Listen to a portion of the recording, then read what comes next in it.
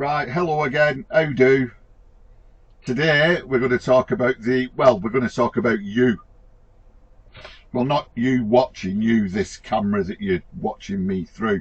This is the VIOFO A229 Plus, and this is the camera that I mentioned on the last video that I'd be reviewing. And basically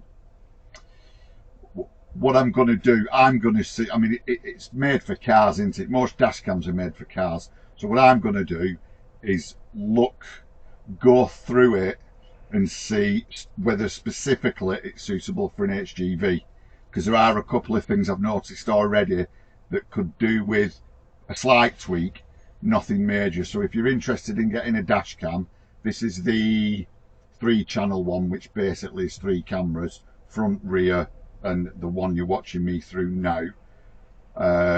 This is the interior camera. I've no idea what the sound quality is like, so I'm going to cut it short here and now talk to you with my trusty camcorder. Right, that's better. I feel a bit more comfortable talking to you on this one because I was unsure whether that what the sound quality was like on the internal camera. But bear in mind, it's an internal, let's say, dash cam. It's just that, you know, the main reason for them's evidence gathering, isn't it? So the fact the sound quality isn't brilliant is no big deal.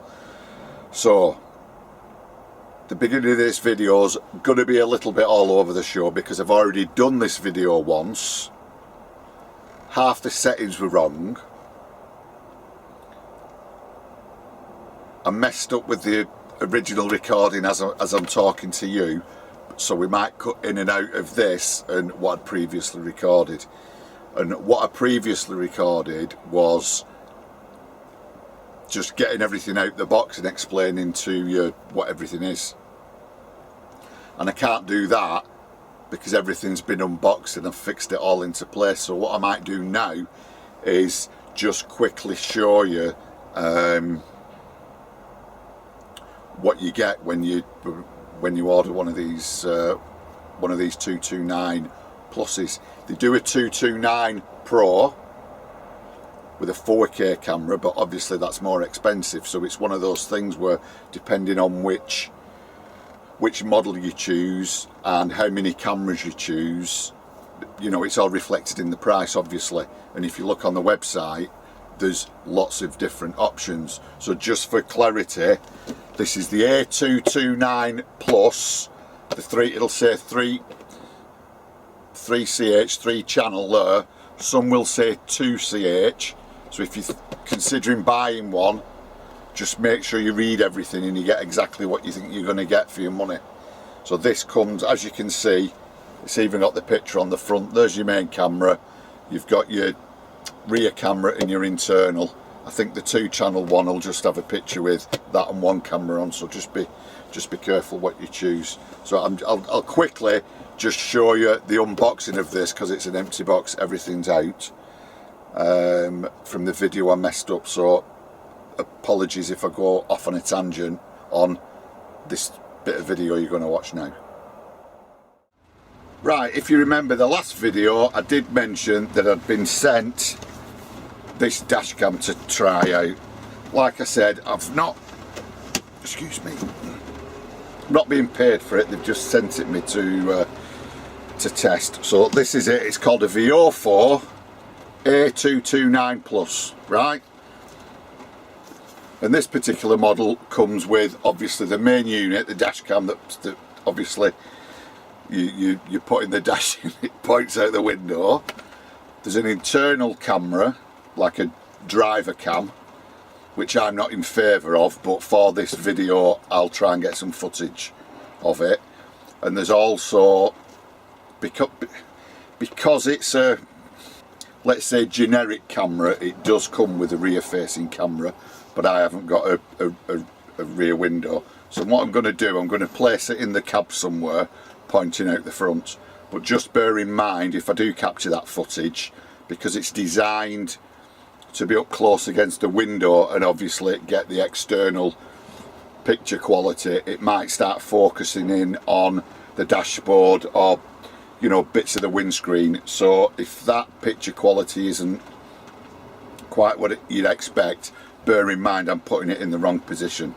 But the thing with it, it is a 2K camera, as is the Dashcam, and I think these VIOFO ones were one of the first companies to offer 2K front and rear. Most Dashcam manufacturers offer a 2K front and a 1K rear, so that should make that little bit of difference. It's also got STARVIS 2 image sensors, which I believe they were the first people to use on a Dashcam. The internal camera is infrared as well, so obviously that helps in darkness and be probably more favourable to people like taxi drivers or even coach drivers. But for me, I think I'd only use it if I was doing a YouTube video. But I've got a feeling that the sound quality isn't going to be as good as something like a proper camera, because after all, it's a dash cam, and the internal camera is not really designed for people making YouTube videos or, you know, TikTok videos or whatever it is. It's just there as a evidence gathering tool, I suppose. So this A229 Plus, you've got the 3 cameras. Let's have a quick look. Comes in a nice box that'll end up in the bin.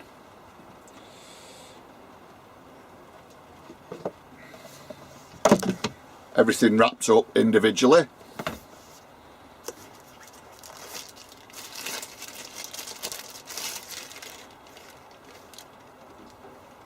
So that's the main camera, as you can see. There's a lens on the back, obviously the sticky pad for your windscreen, screen on this side so you can mess with the settings, etc. But if you do, you can also download the app and work the camera for the app, and in a truck that's going to be handy, because you'll tend to find that the camera might be out of reach in the case of an emergency and you need to start pressing buttons, or even just just being uncomfortable trying to do the settings when it's stuck to the windscreen. So we've 2 other cameras.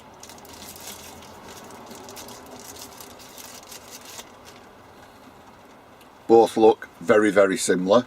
Don't know if you can pick that up, but the internal camera with the infrared, as can you see around the outside, it's got the 4 infrared sensors on it, so it's not difficult to differentiate between your rear facing camera and this one. And also it's on a swivel, so when it's stuck to wherever you put it, you can adjust it. There's also a basic wiring diagram that shows the 3 cameras, and you connect. It's all pretty straightforward really, but does give you an idea of which cameras go into which socket on the main unit. And then underneath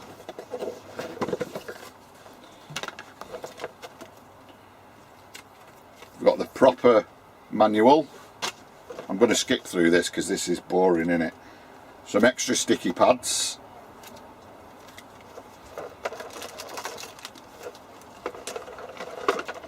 and then all the cables you need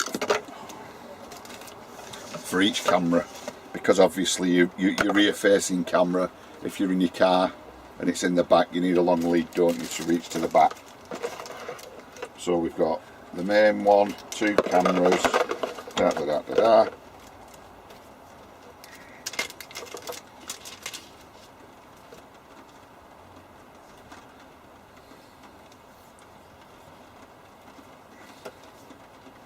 And we've also got these things that you stick to the window and put the camera on to allow easy, I think it's to allow easy removal of the sticky pad off your windscreen.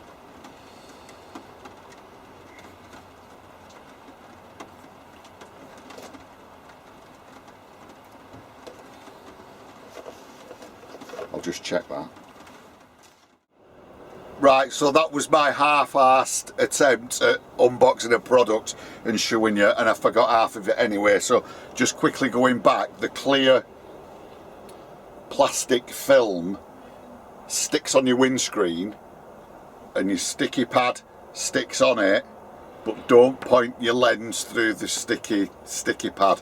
You kind of look at the size of it and think, oh well, the whole camera must sit on there, and it doesn't. You just use the sticky pad and let maybe the lens of the camera hang down. I mean, I'd say it's common sense, but I was thinking when I first got it, well, does the camera, and it doesn't say in the instructions. All it says in the instructions is stick that on your window and stick the camera to it. But it kind of is common sense, isn't it? Right, and another thing I forgot to mention. Well, the thing is with the camera, VIOFO were the first people to offer a 2K camera front and rear. Originally, lots of Dashcam manufacturers would just give you the 2K camera for the front and a 1K for the rear. And VIOFO were the first ones to include a 2K camera as a rear-facing camera. And they also come with STARVIS 2 image sensors, the front and the rear cameras. And they're supposed to help in low light conditions. And then the benefit with the interior camera, that's a 1080, is it a 1080p resolution? That's a 1080p resolution, so that's not 2K, but you're only using it for internal. So obviously through the day, it's just, well, you've just seen at the beginning of the video the quality of it, and then at night I'll try and get some images if I can. You've got the 4 infrared sensors around it to obviously enhance any pictures that you're taking in the dark. And when the camera's up and running itself, there's voice control activation as well. I've used it, it works, but it doesn't work every time. But that just might be my accent, because if you know, we don't know how they're programmed. But I think once you get a gist of how loud or soft or quiet your voice has to be to input an instruction, I think it'll just start working. And there's 6 or 7 different commands you can put in the camera, like recording, stop recording. You know, to be honest with you, I can't even remember what the commands are, but they're all listed in the manual. I'm not going to look now. That's something for you to do. Like I say, I don't want to get into every single little detail because the video will just go on and on and on. But it does come with voice control. In addition to that, there's a setting, the HDR setting on the camera. You can have it on, off or automatic, and I didn't quite understand that to start off with. And looking at it, if it's on during the day, it enhances the difference between dark, is it dark? Let me think.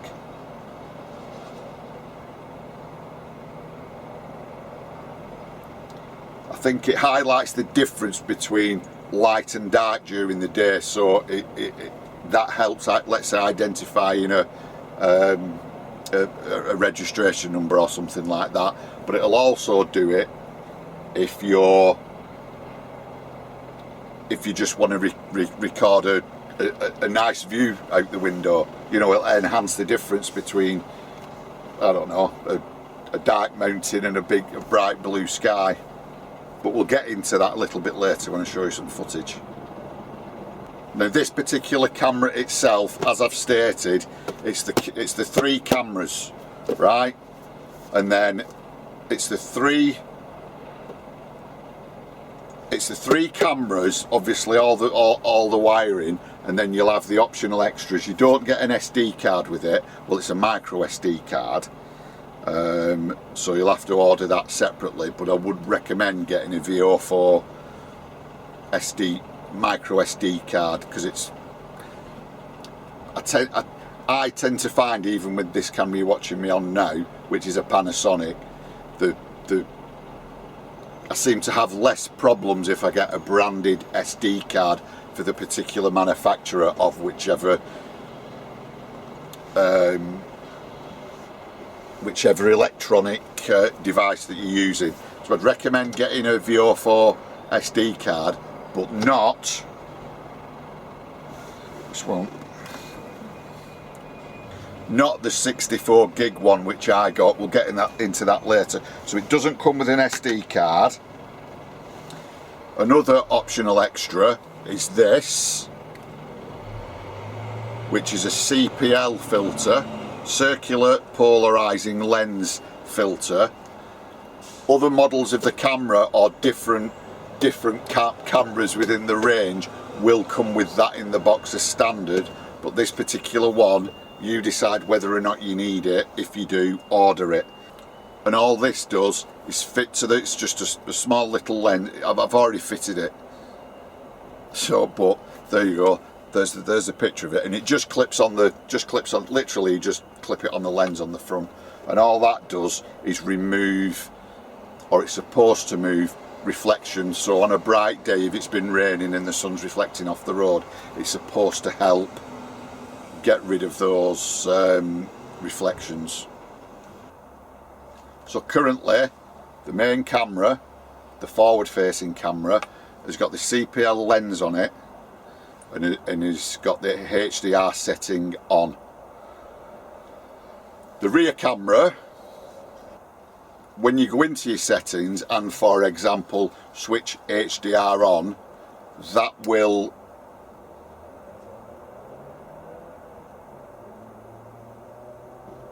that's like the settings for the system. So both front and rear, you'll find HDR is on. You can't have one on and one off. They're either both on or both off. And I believe when it's dark, you're probably better, and I believe at night time you're better switching it off. I've not had a chance to test that yet, because it's summer and I drive during the day, but if I get an opportunity I will. So that's it, that's the camera, that's everything it comes with. The HDR's on, the CPL filter's on.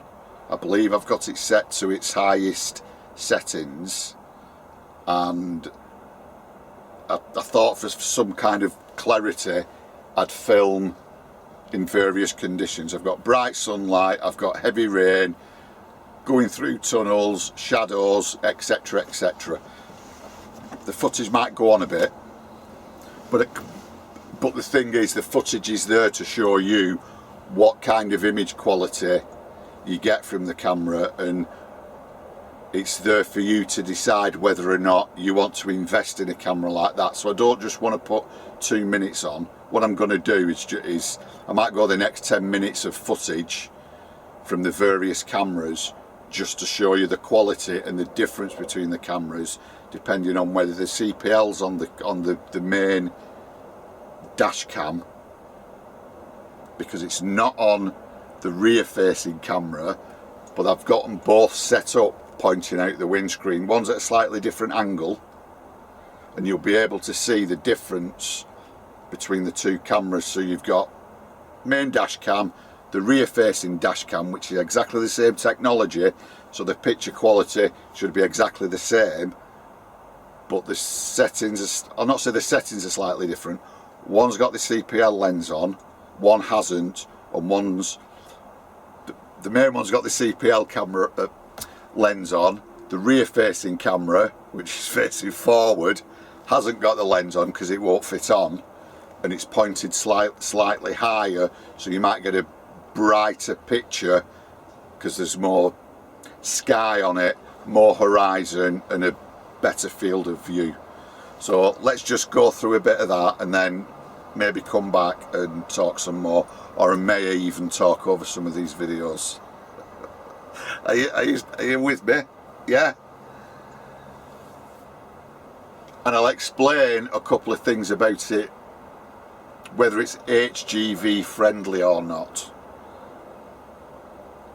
And there are a couple of things, they're not major, they just, oh, could they not have just done this? Could they? Oh, and hang on, I forgot another thing. The other thing that doesn't come in the box is, can you read that? It's a Bluetooth remote control. So because my Scania, even right, I'm going to go and touch the dash cam now. Right, so I can't reach it. I'm going to have to stand up, lean forward. Right, I'm touching it now. So that's how far in front of me as a driver it is. So there's no way when I'm driving I can reach down there and touch it. Other trucks are different, but these Scanias, you know, when you first get on them, you do actually think, blimey, the windscreen's quite far away, and it is. So that's all the way, so there's no way I can get down to it. I've said you can download the app, but you have to have a Wi-Fi connection to the camera from your phone. So you can have the app on and control it from there, but if you're driving, you know, your phone's gone off, you might have to switch it back on, you might have to scroll through the menu to find what you need to, you know, even if it's just to record an event. And, you know, I think you're faffing with your phone a bit too much. Well, all this is, it's a little, comes with a battery, comes with a sticky pad, a little user manual. I've not fitted it yet, and all it is this little square button, and all you do is stick it on the dash wherever's suitable for you, maybe next to your radio, on the cowl for your steering, anything like that. It's connected via Bluetooth, so even if you're driving and you want to record an incident, you just press that. You can even put it in your pocket, can't you, and just press it. So that's a really handy bit of kit that I would recommend purchasing. Right, let's get to some footage. Quickly, just before, while you're still with me, the other thing that comes in the box is this little trim tool. So whether it's your car, your truck, whatever, this just helps you to, you know, if it's going to be permanently in the vehicle and you want to route your wiring out the way so it's out of view, tidy it up so it looks nice, you get this little trim tool so you can move your panels and your maybe your rubbers or your bits of plastic on your air pillars and around your windscreen, and it just, you know, you just pry away, and there you go. I just thought I'd let you know about that, because that does come in the box. And the other thing, if you're querying it being suitable for an HGV and whether or not it's 24 volt friendly, it is. So it doesn't matter if you've 12 volt sockets or 24 volt sockets in your truck, whether the power outlets, cigarette lighter sockets, doesn't matter, it'll still work. And if it is something you're interested in, stay with the video, because I'm going to put a discount code at the end. I don't know how long it'll be valid, because obviously I don't know when you're watching this, but it's always worth giving it a try. If I remember, I'll put it on the end of the video, but if not, it'll be in the description. Currently there's a 5% discount. That might change over time, I don't know. I'll try and keep you updated. So let's look at some footage.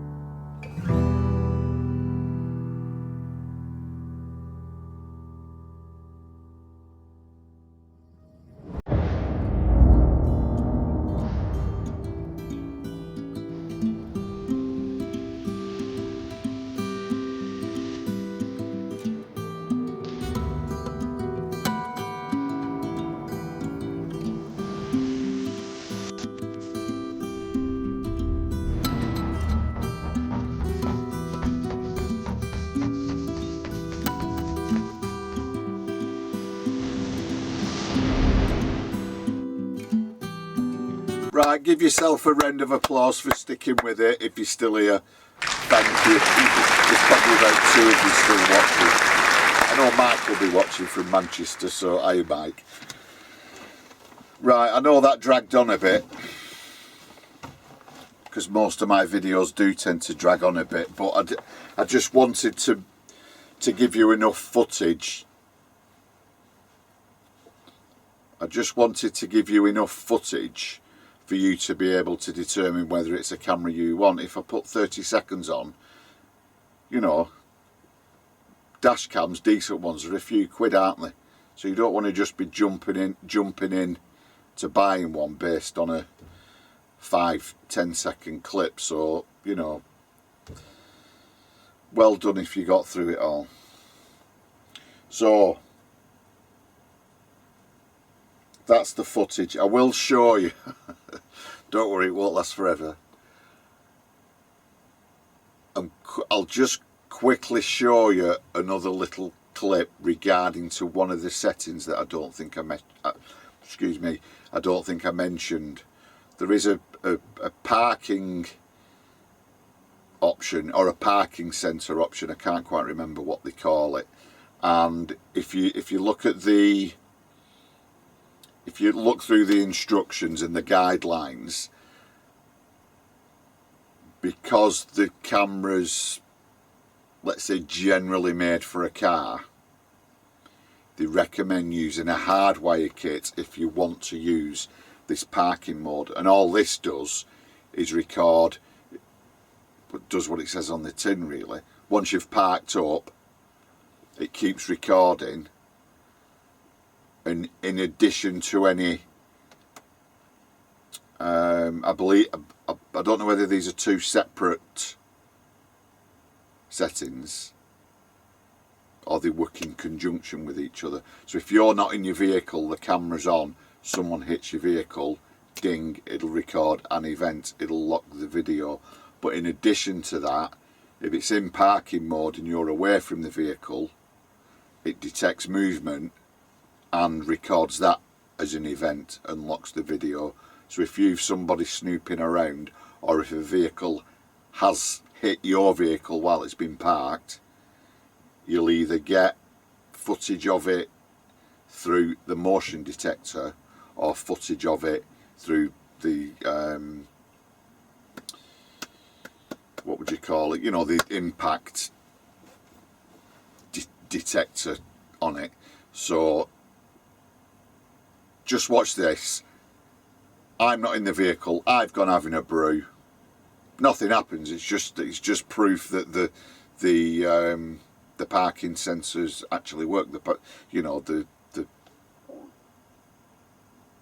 parking mode actually works.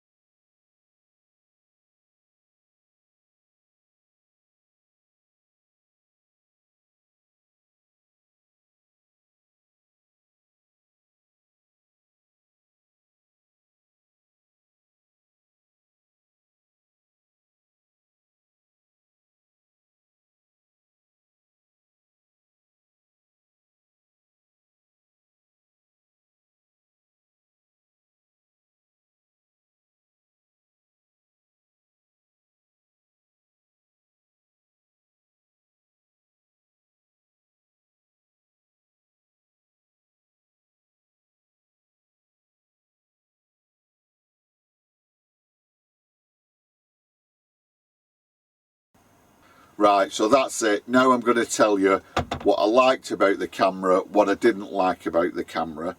Bear in mind, I'm looking at this purely from an HGV driver's point of view and purely through the model of camera that I got and the components of that particular box. An example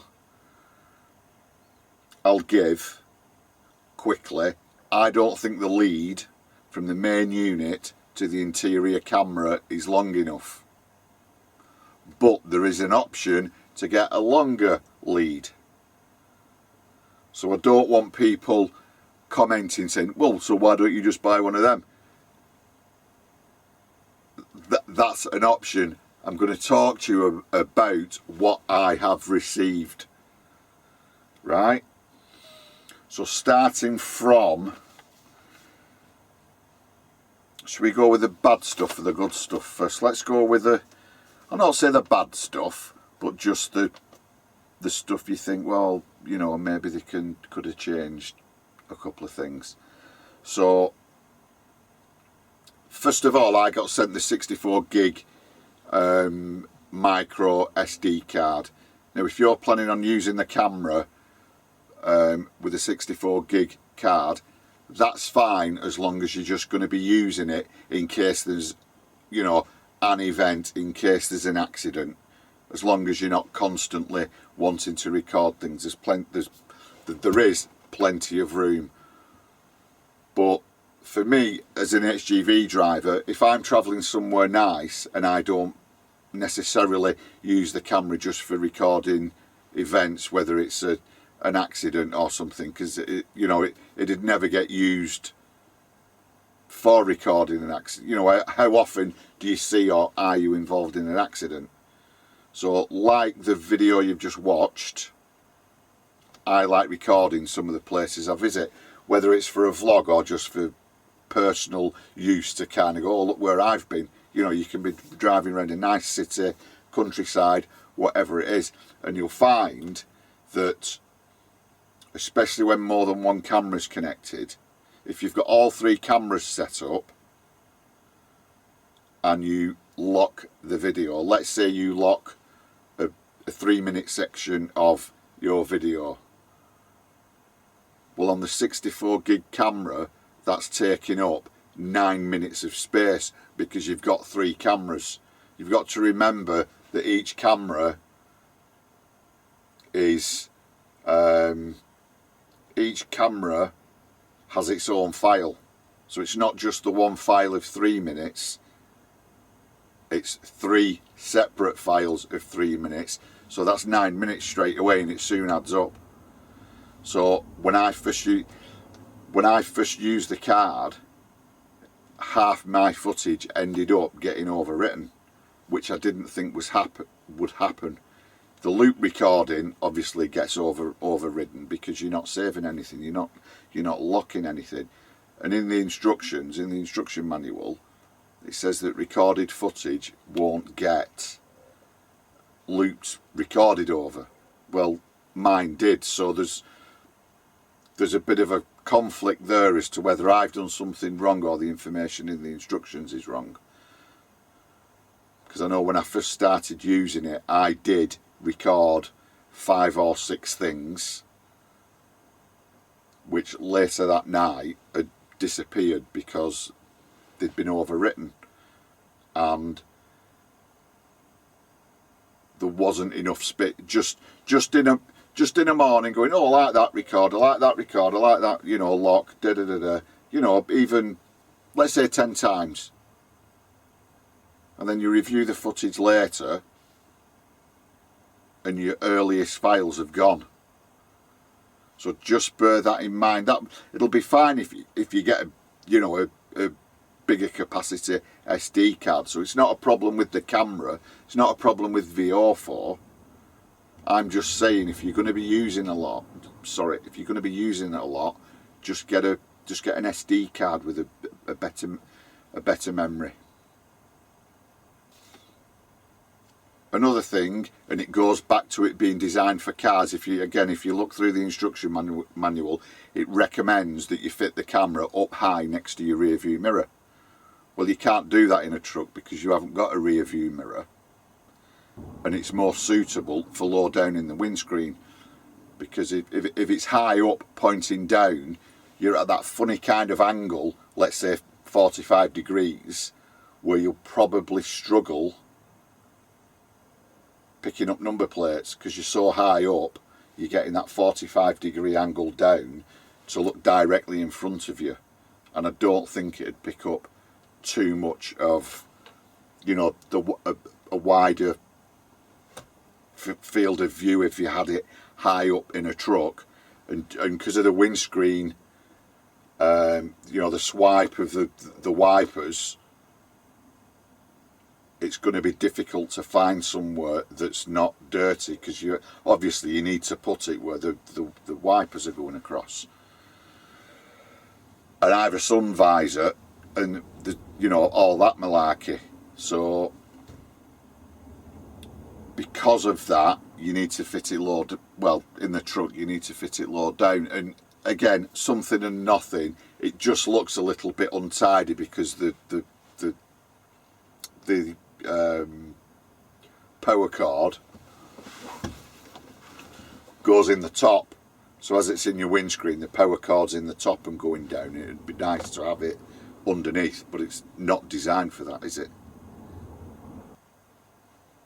Now, I don't know whether this is an option or not, but again, purely, let's say HGV focused, most of us are driving vehicles that don't belong to us. They're company vehicles, and we're in and out.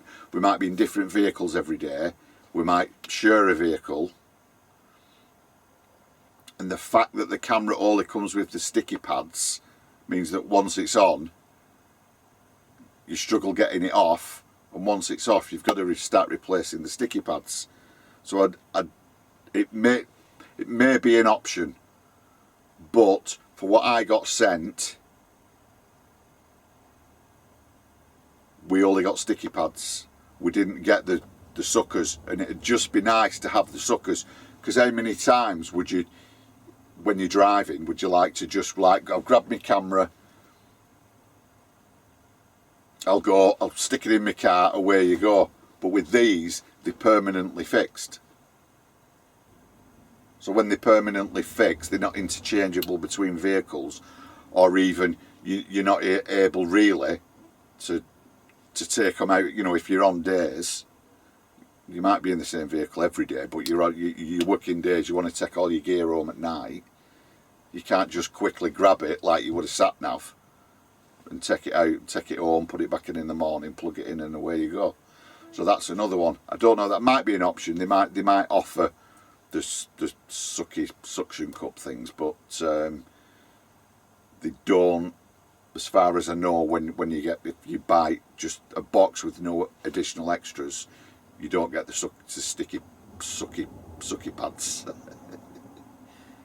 The CPL lens that comes on the main unit, which basically, I tried describing it earlier on, and I'm thinking a better way to describe it would be like the camera wearing sunglasses. It just gets rid of all that glare. Whether you noticed it on the videos you've just seen, I don't know. That's for you to decide. I think it does make a difference, and again, that's the optional extra. But an issue with it only fits the main unit. It's not compatible with the rear facing camera, even though I'm using that, repeating myself, even though I'm using it pointing forward, there isn't an option to put the sunglasses on the rear facing camera, just the way it's designed. I think the rear facing cameras are of a design, a bit of a generic design, aren't they? They look the same as all the other camera manufacturers make. So I don't know whether that's just a generic, a company make those bullet style cameras,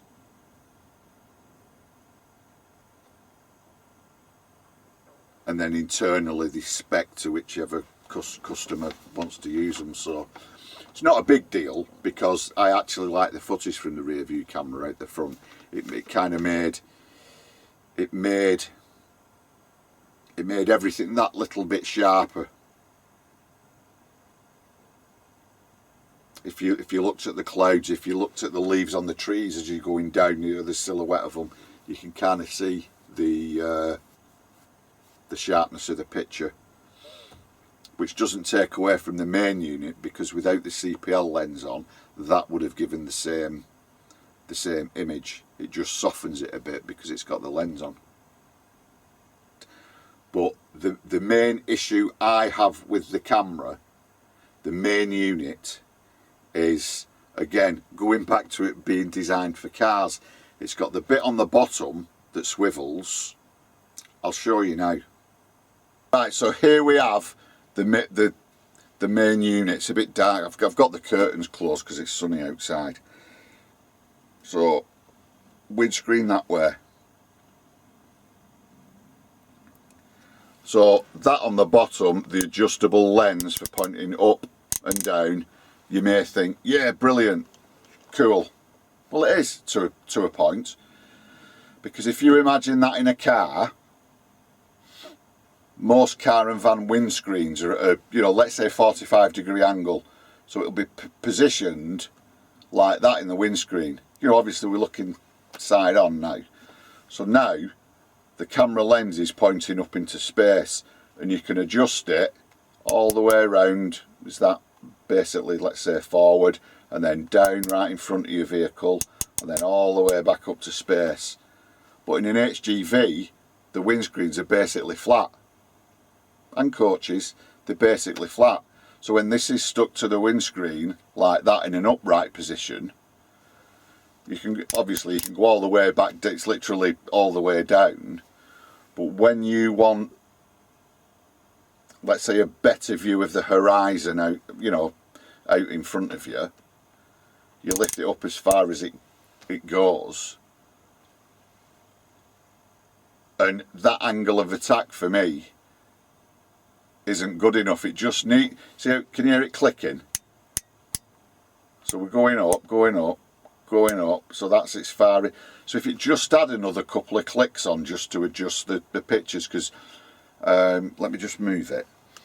So on the videos you've just watched, obviously when I've split the screen, the video on the left is from the rear facing camera that's pointing forward. The footage on the right is from that camera, and as you can, that was at its highest position. So there's no way on earth, if I just had the one camera in the windscreen, would I have been able to get footage that had got off the other camera, because it's just not physically possible to move the lens up any further. And then when you look at the rear facing camera, where are we? So the rear facing camera's on the windscreen, and you can go all the way up, you can go all the way, and that can go anywhere, which is great. So I just think a couple more clicks and it'd be perfect. Another thing regarding the main unit, just a quick one. I had to look through the instruction, and I eventually found what I was looking for, but it's not very clear. Right, that's better. Sorry the picture's not great, but the sun's, obviously I'm sat in the truck and the sun's shining through the front of the truck. But there's the camera in situ. So to remove it, all you do is push it to the right slightly and it comes off. But as you can see, the power outlet is still connected to this unit that's stuck to the window. And if I can just zoom in on the back, let's see if it picks it up. Can you see the back of it? So that feeds power to the unit, and this thing actually doubles up as a GPS sensor as well, or the GPS module. So my back's sitting now and I'm leaning over, so imagine if I were trying to mess about with the settings on this thing and I'm leaning over like that. So you think to yourself, well, I'll just remove the camera, I'll sit back, put it on here,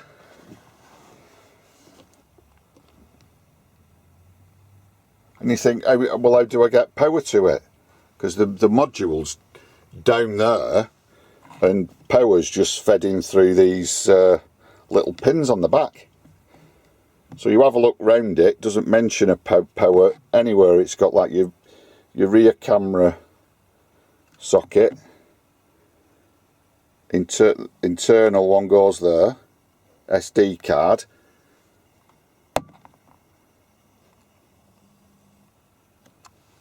so how do I get so now I'm thinking power just goes through there when it's slotted on the module on the windscreen. But what you can actually do is remove the, this is the proper power lead that's connected to the cigarette lighter or your power outlet.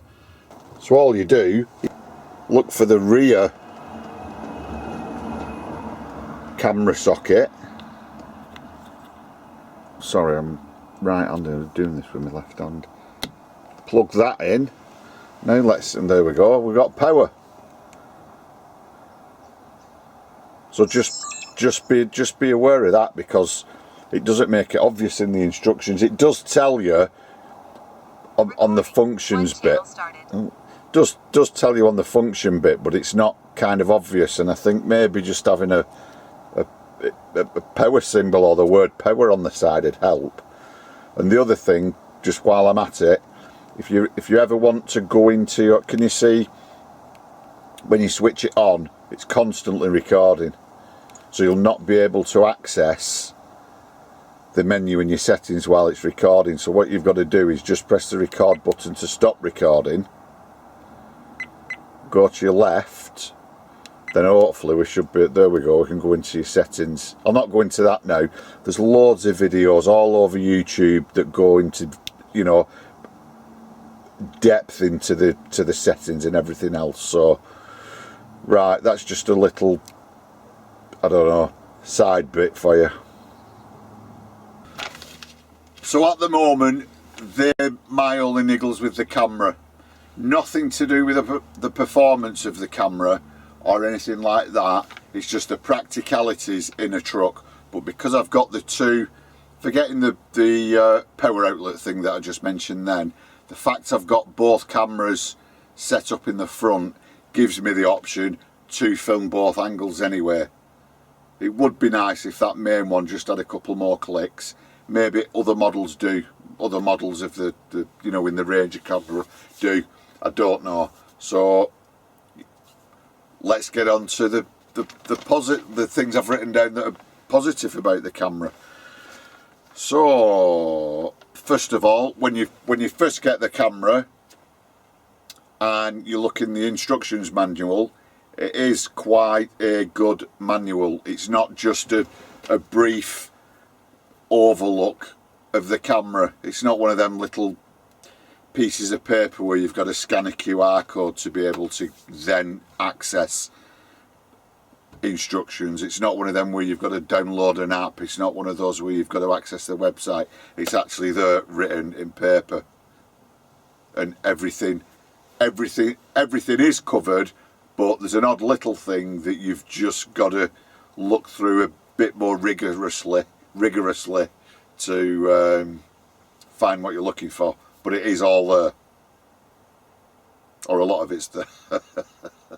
I think it's all there. When you're in the instructions, everything's clear, it's straightforward.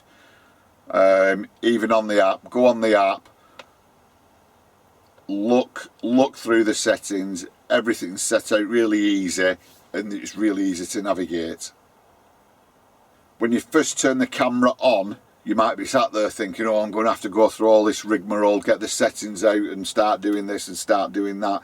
But the thing is, when you first switch it on, it does start prompting you, and from the first screen asking which language you want. Well, I think initially, the first thing it asks you, or prompts you to do, is format your SD card. You don't have to start going into the menu, even though it is in the menu. You don't have to start going into the menu to find the formatting part of it, to format your SD card. Just come straight up on the screen. So format, language, straight into settings, really easy, set out. The only thing I will say is if you're